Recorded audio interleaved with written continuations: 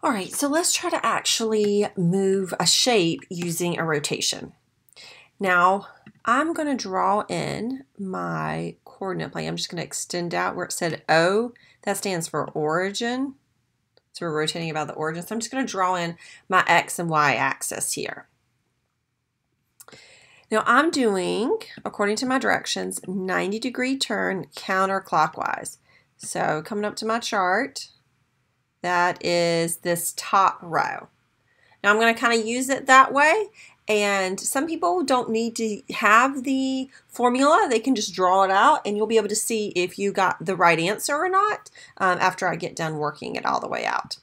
So this point A, if I were going to name that point, I would say it's the point 1, 1. I went over 1 and up 1. C is the point 1, 2, 3, 1. If I were just to graph those with the X and Y coordinates, I'm just naming them their X and Y coordinates. That means B is 2, 0. Remember, the first one is X, so it's on the X axis, so it is 2, 0. What I'm going to do, up here it says I need to switch the X and Y's and then make my Y value negative. So if I switch the X and Y's over here, on this A part, I'm going to get 1, 1, and what was the Y value is going to be negative. Same thing here. I'm going to switch the X and Y's. Now 1 was the Y value, so I'm going to change its sign. Same thing for B.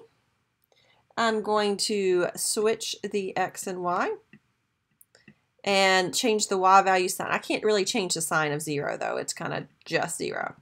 So these guys I'm going to highlight are my images. So I'm going to go through and graph them. So negative 1, 1 would be right here. So this would be the image of A. Negative 1, 3, 1, 2, 3 would be right here. So that would be the image of C. And 0, 2 would be on the y-axis because the 2 is in the y spot. So this would be the image of B. So here is my triangle. Now I'm going to erase some of this so that you can kind of visually see on the screen. If you need to go back and look at me doing that again, you can just rewind the equation or the video. Sorry, and rewind the video. So I took this and I turned it. Again, imagine taking a piece of paper. You can actually even do this.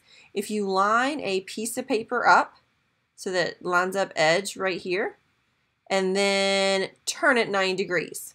Remember, 90 degrees is just this much of a turn, a quarter turn.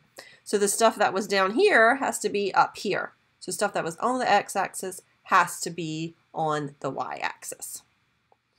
Now, I have posted practice for this as well on Moodle. So what I would tell you to do, there's some worksheets. Find a printer, print those out, and give them a try. Try drawing it out on the piece of paper. And I have the answers posted on the back, on the second side of each one of the worksheets.